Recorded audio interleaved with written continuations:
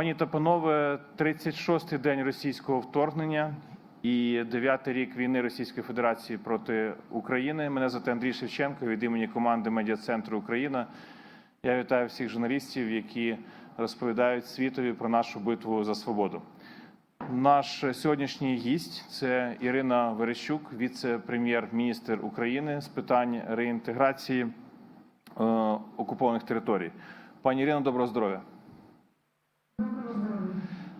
Давайте розпочнемо з гуманітарних коридорів. У вас є щоденна місія давати надію. The mission to provide hope to those who are trying to get out of the blockaded or occupied cities and villages, and unfortunately there's less and less hope every day, less than we would like. What's the situation today? Today we're working on main corridors, Mariupol-Zaporizhzhia. You know, and Mariupol is a humanitarian disaster. It's a planetary humanitarian disaster. Online live, you can see people. You can see the disastrous effects of the airstrikes by the Russian occupiers at the civilian infrastructure, killing women and children. Our goal is, you're very right, our goal is to open a humanitarian corridor and help people survive, especially the civilians, the women, the children, the elderly. Today, as of 12:30, we have 45 buses moving from Zaporizhzhia to Berdyansk. As of this moment, they are at a checkpoint in Vasilivka, and the Russian Federation once again is not letting them through. Repeatedly, we demand and we call the entire world community to focus and help people get out from occupied, blockaded Mariupol. Pani Iryno, Deputy Prime Minister, if you look at the experience that we have today, what is the difficulty? What is the problem with these humanitarian corridors? Why is it so difficult to execute these humanitarian operations that the common sense would say would allow, would make much easier? Well, first of all, we don't have a mediator. We don't have a mediator that might insert themselves between the sides and note the facts of the violation of the ceasefire. For instance, let's say we agree in the evening that at 9 in the morning our side and the occupier side stop ceasefire. Then we don't have either the UN or the Red Cross present or other structure that might note the violations of the ceasefire. We don't have a single mechanism of getting the Russian side of why the Russian side, I will explain, when this ceasefire is violated. I'm talking about the responsibility of the Russian side because the peculiarity of the humanitarian corridors is that they run through temporarily occupied territories. That's the territory that is being kept and controlled, I hope controlled, because often we don't have effective control, and the Donetsk People's Republic are shelling or shooting at humanitarian convoys and columns. Much like with Mariupol, we do not have our military there. We cannot open or not open fire. So this is exclusively the responsibility of the Russian Federation. And every day this corridor is being sabotaged. We see suffering and fear of the civilians who we cannot get out of this hell created by Putin for our people. I would like to add for the Ukrainian international journalists that this isn't just the desire of our side. These situations are described by international humanitarian law, and when Russia, as the side that is controlling the occupied territories, are precluding the civilians to leave safely, this is a violation of international humanitarian law, which Russia has agreed to honor. The Russian Federation has agreed to honor. We have questions in the room. Yes. Thank you. Hello, Michal Potocki, journalist from Poland. I have two questions, if I may. First one has to do with Mariupol. Do we know the number of people left behind still in Mariupol? How many have been evacuated to Ukraine-controlled territory, and how many have been deported to the Russian Federation or the so-called Donetsk People's Republic? This is as far as Mariupol. And now Russian war crimes. I know that you note these and collect this data. What kind of statistics are we looking at? What's going to happen to this data later? And can we talk of can we say that in some directions of the Russian aggression there's more of them or less of them, or is there no difference? Thank you. Thank you for this question. As far as Mariupol, we've managed to evacuate 75,000 people. About these were rough numbers, but we're talking about in that ballpark. Now, as to those who remain and need evacuation, we are immediate evacuation. That's about another 100,000 people. Disabled people, elderly people, women, children. They really need our help and the world's help. When we say and when we talk about people being deported, about Ukrainian citizens and orphans, residents of elderly homes deported to Russia, we're talking about 45,000 people. Question, yes. Sorry. There was a second question. Sorry. Yes. Yes. So the second question had to do with the war crimes that we note. I would like to you to turn to the prosecutor general, because they are the ones who give comments on the war crimes and the qualifications that they use to note these war crimes, because there are several articles of the international conventions that have been violated. But in terms of your second question as to what territories we have the most, well, wherever we have occupation, we have the most war crimes. We have to talk about sex crimes. I have to mention them because there's so many of them that we can no longer. It's very difficult to even talk about. Our women are being abused, our children are being abused, our women being abused, and this has to be known worldwide. We now have survivors' testimony. Survivors of sexual violence, women who have been raped, and I would like to ask people to note this as well, to talk about this, and of course the guilty will be held responsible with our help and yours. Pani Iryno, now that we're mentioning Mariupol, there is a personal story that many people are watching in the journalistic community. It's the story of the girl named Kira Obodynska, who was forcefully deported to the so-called Donetsk People's Republic, which is, this is of course threatens that she might be kidnapped or moved further in some unknown direction. Do you have any news on this story and what can be done? I have officially turned to the Russia's ombudsman, Ms. Moskalkova, on this problem. I know that there is a grandfather. She has a grandfather in Ukraine who could take her, and we demand from the Russian Federation to return Kira, who is an orphan who has lost her parents in this war, and or rather lost one of her parents. Her mother had died earlier, and I would really like us to focus our efforts and help this little but strong girl who really wants to come home and has every right to come home. And only those who have decided that they can dictate the vision of the world after this war, they think they will remain unpunished for these deportations and the crimes that they perform. For international journalists, I would like to say that we are in touch with Kira's family, and those of us who would like to be in touch with this family for your stories, we will help you do that. Question, please. Deputy Prime Minister Andres Kipani, Financial Times of London. I have two questions as well, quickly. Number one, is there really a ceasefire in Mariupol as the Russians announced yesterday? And today, they said it's going to start today at 10 a.m. And then secondly, we heard there's been some issues between the Ukrainian government and the International Committee for the Red Cross. We would like to know what has happened and what's the situation. Thank you very much.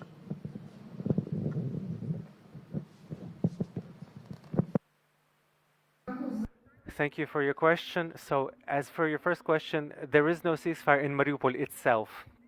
The enemy continues to perform airstrikes, destroy infrastructure that still remains in Mariupol, trying to destroy all living things. We're talking about the corridor. We're talking the corridor from Zaporizhzhia to Berdyansk. This is the corridor we use to evacuate people. So, in this segment, we have a ceasefire. But again, this is purely dependent on Russia, because we do not have our groups and our military there. At this point, these are the obligations that Russia has taken on before the world. Russia has guaranteed that they would allow us to evacuate people. We will see what the results will be in the evening of these guarantees. And in answering to answer your second question, as far as the Red Cross is concerned, our problems with our beef with the International Red Cross is the following. We have many international organizations that can help and do this, for which we are very grateful. With humanitarian aid, we have many who can help with food, with medicine, with water, with hygiene needs, all basic necessities. And again, I'm very grateful for this. We have had over 160,000 tons of humanitarian aid from various international organizations, from countries like Poland, Lithuania, Estonia. I won't mention the entire list because there's many of them. Again, we're very grateful. From the Red Cross, we demand that they observe their mandate, their main mandate, which other organizations do not have. This is an exclusive competence of the Red Cross, is humanitarian corridors, which have to be ensured through the Red Cross, through informing and guaranteeing ceasefire, and treatment of prisoners. We have no access and have no information about our prisoners of war, which is why we turn to the Red Cross, so that they perform the steps, take the steps that will help us find out the conditions of the prisoners of war, where they are, the lists of civilians. We have many kidnapped and essentially hostage civilians. All of this has to be done by the Red Cross. And when the Red Cross then says that they have given us 500 tons of aid, we're grateful, and we know that it's a lot of work, but they have to do something else. As I've mentioned, humanitarian corridors and prisoners, the missing and those whom we called killed in action. That's what the Red Cross have to do. Yes. Microphone, please. Microphone, будь ласка. So there's a clarification. First, you said there's no ceasefire in Mariupol, but then you said, is there a ceasefire only in the humanitarian corridor? That's what I didn't understand. Yes, only in this segment from Zaporizhzhia to Berdyansk. From Berdyansk is 80 kilometers to Mariupol, and Mariupol, they're still fighting in Mariupol. We do not have access to Mariupol. We can only reach Berdyansk, which is why this is where I end. I say, I can tell you clearly, this is where we have access. So far, there's a ceasefire. It's being kept up to Berdyansk. Beyond that, no. I have a clarification on the Red Cross. What are these international organizations answering to you? Why can they not perform the mandate that the world expects them to perform? Because Russia is irresponsible. Russia is not keeping to the obligations that they have taken on before the international community, and they cannot influence Russia. When we ask what sort of mechanisms the humanitarian law has, if one of the sides, I'm not naming names, I'm looking through the eyes of the International Red Cross. What if one of the sides violates the obligations taken on? This is the problem. There is no power to force Russia to execute, to perform, to adhere to international humanitarian law. Next question, please. Antonia Mastrobuoni for the Italian daily La Repubblica. Could you update us about the situation in Chernobyl? Because we heard this morning that buses were full of contaminated soldiers were sent to Belarus, and there's also a turnover of the workers in Chernobyl. So could you update us about the situation? And the second question is about Odessa. Do you think that Odessa might be soon under fire? Thank you very much.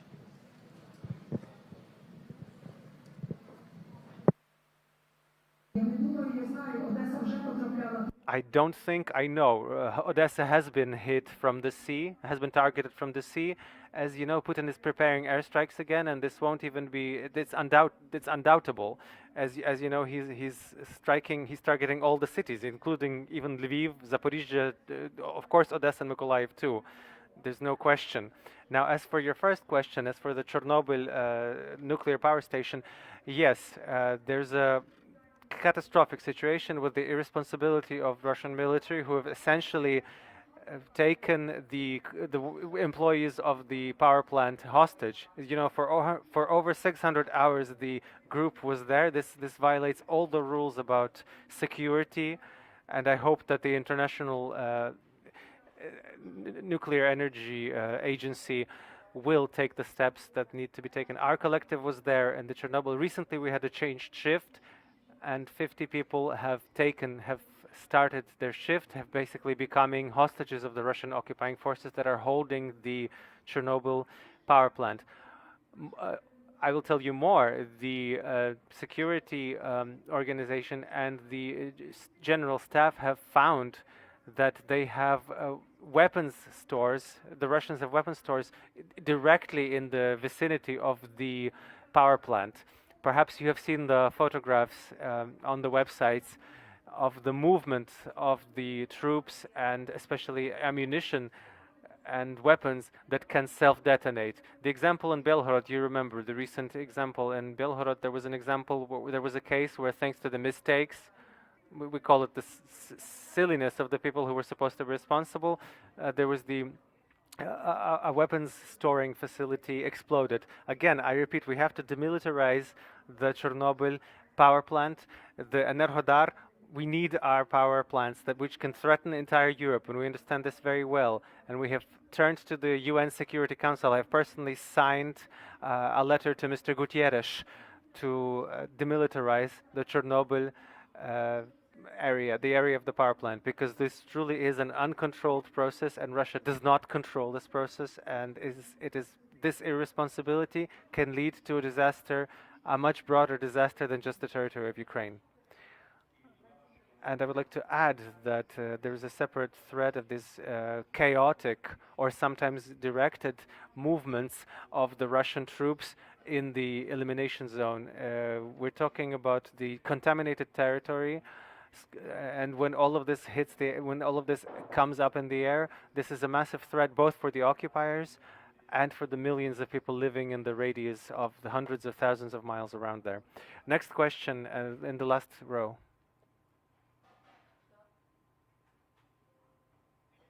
So could I ask you for your response to reports from British intelligence that Vladimir Putin's generals might be lying to him about quite how badly Russia's military is doing on the ground in Ukraine?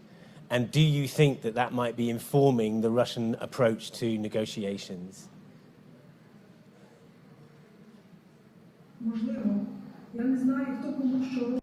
Possible. I don't know. I don't know what they're doing with Putin, but it's their responsibility. It's on their conscience to the world and the Ukrainian people. We're only interested in how soon we, with the entire civilized world, can stop Putin and his aggression, because you know, aggression is not being done just by Putin. I cannot accept the idea that the Russian people do not understand or do not see. I refuse the idea that people cannot see on the internet all of the wounded, all of the people who are dying without water in Mariupol in the 21st century, and that they won't let us convey humanitarian aid. I do not believe that people in their right minds do not understand that Russia's aggression is threatening not only Ukraine, but threatening the entire world, threatening ecological crisis, energy crisis, food crisis that will not only affect Ukraine. Yes, of course, we're paying with our lives and the health of our people, particularly the civilian lives, where hundreds and thousands of women and children and civilians are suffering under airstrikes because we cannot protect ourselves from the sky, because we do not have the proper anti-air defense. However, the whole world will be affected, and the sooner we unite, the sooner we join our efforts, the sooner the civilized world stops fearing and starts looking clearly at what's happening in Ukraine and make decisions which should be arm us to defend ourselves and defend you. Introduce sanctions that will stop the funding of the army in Russia, as well as ensure that the people who are making these, who are taking these criminal decisions stand trial. That's what the world should do, and that's when, believe us, This will help not only us, but also all of you. More questions? Speaks excellent English. I don't suppose she could give us a summary of her answer in English. Is that possible? Let's ask her.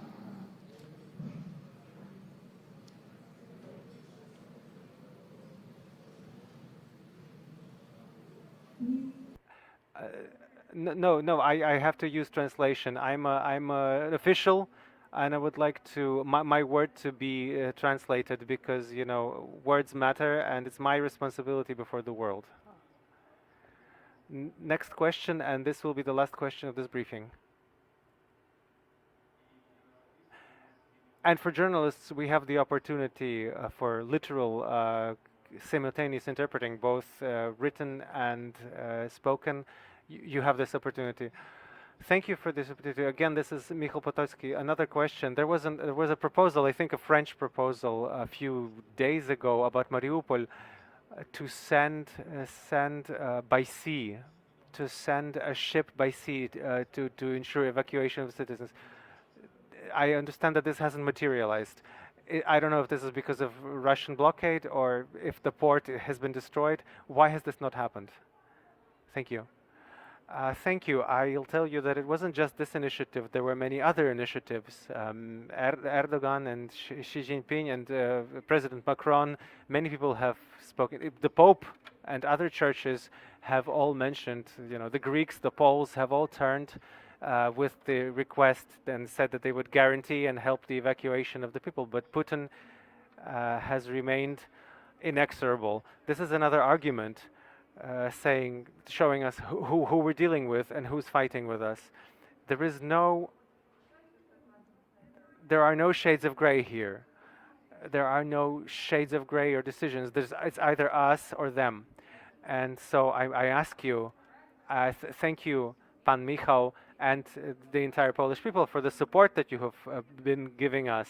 But you understand, you are very clear about what Putin's Russia is today. But it's very important that the rest of the civilized world understands this as well. It's very important that we have unity around the world's unity. We will continue to fight, and we will definitely win. Thank you all. Pani Iryna, thank you for your valuable time on these dramatic days. Thank you. Thank you, and to our guests. Reinforce that we are going to have a special